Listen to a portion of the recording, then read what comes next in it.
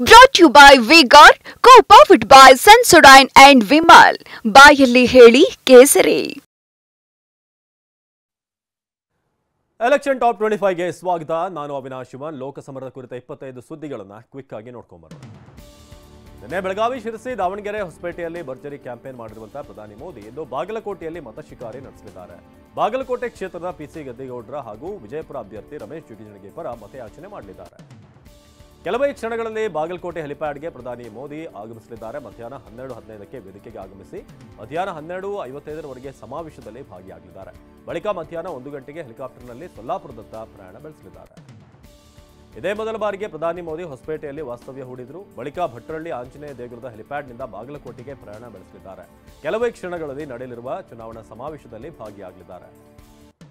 ಪ್ರಧಾನಿ ಮೋದಿ ನೋಡಲು 85 ವರ್ಷದ ಅಜ್ಜಿಯೊಬ್ಬರು ಬಾಗಲಕೋಟೆಗೆ ಆಗಮಿಸಿದ್ದಾರೆ. ಒಮ್ಮೆಯಾದರೂ ಮೋದಿಯನ್ನ ನೋಡಲೇಬೇಕು ಅಂತ ಲೀಲಾವತಿ ಅವರು ಸಮಾವೇಶಕ್ಕೆ ಬಂದಿದ್ದಾರೆ. ಇವರಿಗೆ ವಿವಿಐಪಿ ಪಾಸ್ ನೀಡಲಾಗಿದೆ. ಬಿಜೆಪಿ ಭದ್ರಕೋಟೆ, ಕುಂದಾನಗರಿ ಕಬ್ಜಾ ಮಾಡೋದಕ್ಕೆ ಕಾಂಗ್ರೆಸ್, ಬಿಜೆಪಿ ಹಿಂದುತ್ವ ಅಸ್ತ್ರವನ್ನು ಬಳಸೋದಕ್ಕೆ ಮುಂದಾಗಿವೆ. ಆದರೆ ಪ್ರಧಾನಿ ಮೋದಿ ಅವರು ಲಿಂಗಾಯತ, ಮರಾಠ ಕಾರ್ಡ್ ಪ್ಲೇ ಮಾಡಿದ್ದಾರೆ. ಎರಡು ಸಮುದಾಯದ ಮತಗಳು ಕ್ರೋಢೀಕರಣವಾದರೆ ಗೆಲುವು ನಮ್ಮದೇ ಎಂಬ ಲೆಕ್ಕಾಚಾರ ಬಿಜೆಪಿಯದಾಗಿದೆ. ಬಾಗಲಕೋಟೆಯಲ್ಲಿಂದು ಮೋದಿ ಅವರು ಪ್ರಚಾರ ನಡೆಸಲಿದ್ದಾರೆ. ಈ ಸಂದರ್ಭದಲ್ಲಿ ಮೋದಿ ಅಭಿಮಾನಿಯಾಗಿರುವಂತಹ ಆನಂದ ಭಾರತ ಎನ್ನುವರು ವಿಶೇಷ ಗಿಫ್ಟ್ ಅನ್ನು ನೀಡೋಕೆ ಮುಂದಾಗಿದ್ದಾರೆ. ರಕ್ತದಲ್ಲೇ ಬಿಡಿಸಿರುವಂತಹ ತಾಯಿ ಹೀರಾಬೇನ್ ಮೋದಿಗೆ ಆಶೀರ್ವಾದ ಮಾಡಿರುವಂತಹ ಫೋಟೋವನ್ನು ನೀಡಲಿದ್ದಾರೆ. ಬಾಗಲಕೋಟೆಯ ಡಿಪ್ಲೊಮಾ ವಿದ್ಯಾರ್ಥಿನಿ ಕೈಯಲ್ಲಿ ಮೋದಿ ಹಾಗೂ ಅವರ ತಾಯಿ ಹೀರಾಬೇನ್ ಭಾವಚಿತ್ರ ಅರಳಿದೆ. ವಿದ್ಯಾರ್ಥಿನಿ ನಾಗರತ್ನ ಪೆನ್ಸಿಲ್ ಬಳಸಿ ಮೋದಿ ಅವರಿಗೆ ತಾಯಿ ಸಿಹಿ ತಿನ್ನಿಸಿ ಆಶೀರ್ವಾದ ಮಾಡುತ್ತಿರುವಂತಹ ಚಿತ್ರವನ್ನು ಬಿಡಿಸಿದ್ದಾರೆ. ಮೋದಿಗೆ ನೀಡಲಿದ್ದಾರೆ. 5 ಗ್ಯಾರಂಟಿ ಯೋಜನೆಗಳು ಮತ್ತು ಸಿದ್ದರಾಮಯ್ಯ ವರ್ಚಸ್ಸಿನಿಂದ ಕಾಂಗ್ರೆಸ್ ಹೆಚ್ಚು ಸ್ಥಾನ ಗೆಲ್ಲುತ್ತೆ ಅಂತ ಮಾಜಿ ಸಚಿವ ಎಚ್ ಆಂಜನೇಯ ವಿಶ್ವಾಸ ವ್ಯಕ್ತಪಡಿಸಿದ್ದಾರೆ. ದಾವಣಗೆರೆಯಲ್ಲಿ ಮಾತನಾಡಿದ ಅವರು, ದೇಶದಲ್ಲಿ ಅಘೋಷಿತ ತುರ್ತು ಪರಿಸ್ಥಿತಿ ಇದ್ದು ಪ್ರಧಾನಿ ಮೋದಿಗೆ ಜನ ಬುದ್ಧಿ ಕಲಿಸ್ತಾರೆ ಅಂತ ವಾಗ್ದಾಳಿ ನಡೆಸಿದರು. ಪ್ರಧಾನಿ ಮೋದಿ ಬಂದು ಹೋದ ಬಳಿಕ ವಿಜಯನಗರ ಜಿಲ್ಲೆಗೆ ಸಿಎಂ ಡಿಸಿಎಂ ಎಂಟ್ರಿ ಕೊಟ್ಟಿದ್ದಾರೆ. ಇನ್ನು ಕುಡ್ಲಿಗಿ ಪಟ್ಟಣದ ಜೂನಿಯರ್ ಕಾಲೇಜು ಮೈದಾನದಲ್ಲಿ ನಡೆಯಲಿರುವಂತಹ ಸಮಾವೇಶದಲ್ಲಿ ಭಾಗಿಯಾಗಿ ಕಾಂಗ್ರೆಸ್ ಅಭ್ಯರ್ಥಿ ತುಕಾರಾಂ ಪರ ಪ್ರಚಾರ ನಡೆಸಲಿದ್ದಾರೆ. ಪ್ರಜ್ವಲ್ ರೇವಣ್ಣರನ್ನ ಪಕ್ಷದಿಂದ ಅಮಾನತುಗೊಳಿಸುವಂತೆ ಸ್ವಪಕ್ಷದ ಶಾಸಕ ಶರಣ್ಗೌಡ ಕಂದಕೂರು ಆಗ್ರಹಿಸಿದ್ದಾರೆ. ಜೆಡಿಎಸ್ ವರಿಷ್ಠ ದೇವೇಗೌಡರಿಗೆ ಪತ್ರ ಬರೆದಿರುವ ಶರಣ್ಗೌಡ ಅಶ್ಲೀಲ ವಿಡಿಯೋದಿಂದ ಪಕ್ಷಕ್ಕೆ ಮುಜುಗರವಾಗಿದೆ ಅಂತ ಹೇಳಿದ್ದಾರೆ. ಮಂಡ್ಯ ಕ್ಷೇತ್ರದಲ್ಲಿ ಸುಮಲತಾ ಚುನಾವಣೆ ಪ್ರಚಾರಕ್ಕೆ ಬಂದಿಲ್ಲ ಅಂತ ಎಚ್ ಡಿ ಕುಮಾರಸ್ವಾಮಿ ಬೇಸರ ವ್ಯಕ್ತಪಡಿಸಿದ್ದಾರೆ. ಶಿವಮೊಗ್ಗದಲ್ಲಿ ಮಾತನಾಡಿದ ಅವರು, ಬಿಜೆಪಿಯ ಸೂಚನೆಯಂತೆ ಸುಮಲತಾ ಪ್ರಚಾರ ಮಾಡಿದ್ದಾರೆ. ಮಂಡ್ಯದಲ್ಲಿ ಸುಮಲತಾ ಪ್ರಚಾರ ಅಗತ್ಯ ಕಂಡು ಬಂದಿಲ್ಲ ಅನಿಸುತ್ತೆ ಎಂದಿದ್ದಾರೆ. ನಿನ್ನೆ ಮೋದಿ ಪಾಲ್ಗೊಂಡಿದ್ದ ಕಾರ್ಯಕ್ರಮದ ವೇದಿಕೆಯನ್ನ ಸ್ವತಃ ಬಿಜೆಪಿ ಅಭ್ಯರ್ಥಿ ಗಾಯತ್ರಿ ಸಿದ್ದೇಶ್ವರ್ ಸ್ವಚ್ಛಗೊಳಿಸಿದ್ದಾರೆ. ದಾವಣಗೆರೆ ನಗರದ ಸರ್ಕಾರಿ ಹೈಸ್ಕೂಲ್ ಮೈದಾನದಲ್ಲಿ ಸಮಾವೇಶ ನಡೆದಿತ್ತು. ಇಂದು ಬೆಳಗ್ಗೆ ಹೇಳ್ತಿದ್ದಂತೆ ಪುತ್ರಿ ಜಿಎಸ್ ಅಶ್ವಿನಿ ಜೊತೆ ಮೈದಾನ ಸ್ವಚ್ಛಗೊಳಿಸಿದ್ದಾರೆ.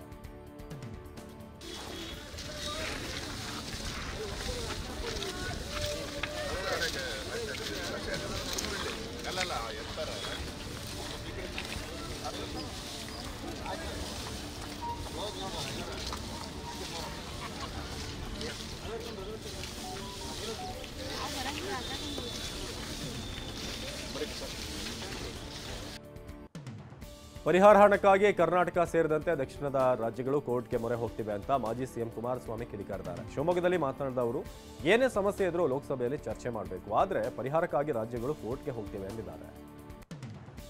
ಕಲಬುರಗಿಯಲ್ಲಿಂದು ಕಾಂಗ್ರೆಸ್ ನಾಯಕಿ ಪ್ರಿಯಾಂಕಾ ಗಾಂಧಿ ಮತ ಶಿಕಾರಿ ನಡೆಸಲಿದ್ದಾರೆ. ಸೇಡಂನಲ್ಲಿ ಮಧ್ಯಾಹ್ನ 3 ಗಂಟೆಗೆ ನಡೆಯಲಿರುವಂತಹ ಸಮಾವೇಶದಲ್ಲಿ ಭಾಗಿಯಾಗಲಿದ್ದಾರೆ. ಕಾಂಗ್ರೆಸ್ ಅಭ್ಯರ್ಥಿ ರಾಧಾಕೃಷ್ಣ ಪರ ಪ್ರಚಾರ ಮಾಡಲಿದ್ದಾರೆ.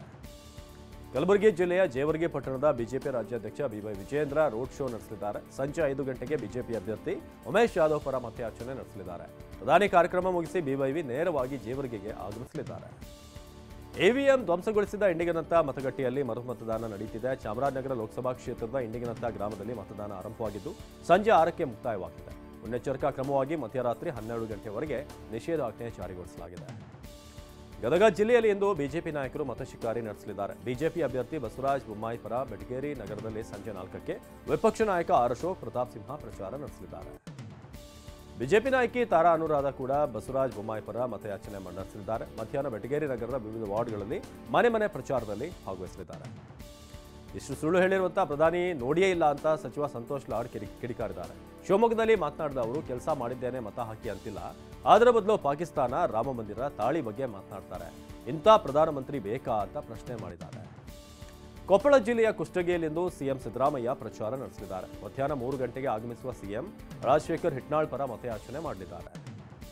ಉತ್ತರ ಪ್ರದೇಶದ ಅಮೇಠಿಯಿಂದ ಬಿಜೆಪಿ ಅಭ್ಯರ್ಥಿಯಾಗಿ ಸ್ಮೃತಿ ಇರಾನಿ ಇಂದು ನಾಮಪತ್ರ ಸಲ್ಲಿಸಲಿದ್ದಾರೆ. ಮೆರವಣಿಗೆ ಮೂಲಕ ಸಾಗಿ ಉಮೇದುವಾರಿಕೆ ಸಲ್ಲಿಸಲಿದ್ದಾರೆ. ಕಳೆದ ಬಾರಿಯ ಚುನಾವಣೆಯಲ್ಲಿ ಸ್ಮೃತಿ ಇರಾನಿ ರಾಹುಲ್ ಗಾಂಧಿ ಅವರನ್ನು ಸೋಲಿಸಿದರು. ಕೇಂದ್ರ ಸಚಿವ ರಾಜನಾಥ್ ಸಿಂಗ್ ಲಕ್ನೋ ಲೋಕಸಭಾ ಕ್ಷೇತ್ರದ ಬಿಜೆಪಿ ಅಭ್ಯರ್ಥಿಯಾಗಿ ಇನ್ನೂ ನಾಮಪತ್ರ ಸಲ್ಲಿಸಿದ್ದಾರೆ. ಉಮೇದುವಾರಿಕೆಗೂ ಮುನ್ನ ಲಕ್ನೋದ ಹನುಮಾನ್ ಸೇತು ದೇವಸ್ಥಾನಕ್ಕೆ ತೆರಳಿ ಪ್ರಾರ್ಥನೆ ಸಲ್ಲಿಸಿದ್ದಾರೆ. ಸಮಾಜವಾದಿ ಪಕ್ಷದಿಂದ ರವಿದಾಸ್ ಮೆಹ್ರೋತ್ರಾ ಈಗಾಗಲೇ ನಾಮಪತ್ರ ಸಲ್ಲಿಸಿದ್ದಾರೆ. ಲಕ್ನೋದಲ್ಲಿ ಮೇ 20ರಂದು 5ನೇ ಹಂತದ ವೋಟಿಂಗ್ ಪ್ರಕ್ರಿಯೆ ನಡೆಯಲಿದೆ. ಕಾಂಗ್ರೆಸ್ ಸಂಸದ ರಾಹುಲ್ ಗಾಂಧಿ ವಿರುದ್ಧ ಉತ್ತರ ಪ್ರದೇಶ ಮುಖ್ಯಮಂತ್ರಿ ಯೋಗಿ ಆದಿತ್ಯನಾಥ್ ಕಿಡಿಕಾರಿದ್ದಾರೆ. ಭಾರತದ ಇತಿಹಾಸ ಮತ್ತು ಈ ನೆಲದ ಹಿರಿಮೆ ಬಗ್ಗೆ ತಿಳಿಯದವರು ಅಪ್ರಸ್ತುತ ಹೇಳಿಕೆಗಳನ್ನು ನೀಡ್ತಾರೆ ಅಂತ ವಾಗ್ದಾಳಿ ನಡೆಸಿದರು. ಈ ಜನರು ಹಿಂದೊಮ್ಮೆ ತಾವು ಆಕಸ್ಮಿಕ ಹಿಂದೂಗಳೇ ಎಂದಿದ್ದು ನೆನಪಿದೆ. ಇಂಥವರು ಭಾರತದ ಪರಂಪರೆಯ ಬಗ್ಗೆ ಹೆಮ್ಮೆ ಪಡಲು ಸಾಧ್ಯವಿಲ್ಲ ಎಂದಿದ್ದಾರೆ. ಪ್ರಚಾರದ ವೇಳೆ ಬಿಜೆಪಿ ನಾಯಕ ಅಸ್ಸಾಂ ಸಿಎಂ ಹಿಮಂತ ಬಿಸ್ವಾ ಶರ್ಮಾ ಕುಣಿದು ಕುಪ್ಪಳಿಸಿದ್ದಾರೆ. ಅಸ್ಸಾಂನ ಚಿರಂಗ್ನಲ್ಲಿ ಆಯೋಜಿಸಲಾಗಿದ್ದ ಪ್ರಚಾರದ ವೇಳೆ ಹಿಮಂತ್ ಬಿಸ್ವಾ ಶರ್ಮಾ ವೇದಿಕೆಯಲ್ಲಿ ಡ್ಯಾನ್ಸ್ ಮಾಡಿದ್ದಾರೆ. ಮುಖ್ಯಮಂತ್ರಿ ನೃತ್ಯಕ್ಕೆ ಬಿಜೆಪಿ ಕಾರ್ಯಕರ್ತರು ಕೂಡ ಹೆಜ್ಜೆ ಹಾಕಿದ್ದಾರೆ. ದೆಹಲಿ ಸಿಎಂ ಅರವಿಂದ್ ಕೇಜ್ರಿವಾಲ್ ಬಂಧನ ಖಂಡಿಸಿ ರಾಷ್ಟ್ರ ರಾಜಧಾನಿ ದೆಹಲಿಯಲ್ಲಿ ಪ್ರತಿಭಟನೆಗಳು ಮುಂದುವರೆದಿವೆ. ಆಮ್ ಆದ್ಮಿ ಪಕ್ಷದ ಲೈಂಗಿಕ ಅಲ್ಪಸಂಖ್ಯಾತರ ಘಟನೆಯು ಕೇಂದ್ರ ಸರ್ಕಾರದ ವಿರುದ್ಧ ಪ್ರತಿಭಟನೆ ನಡೆಸಲಿದೆ. ಇನ್ನು ಕೇಜ್ರಿವಾಲ್ರನ್ನ ಶೀಘ್ರವೇ ರಿಲೀಸ್ ಮಾಡುವಂತೆ ಆಗ್ರಹಿಸಲಿದೆ.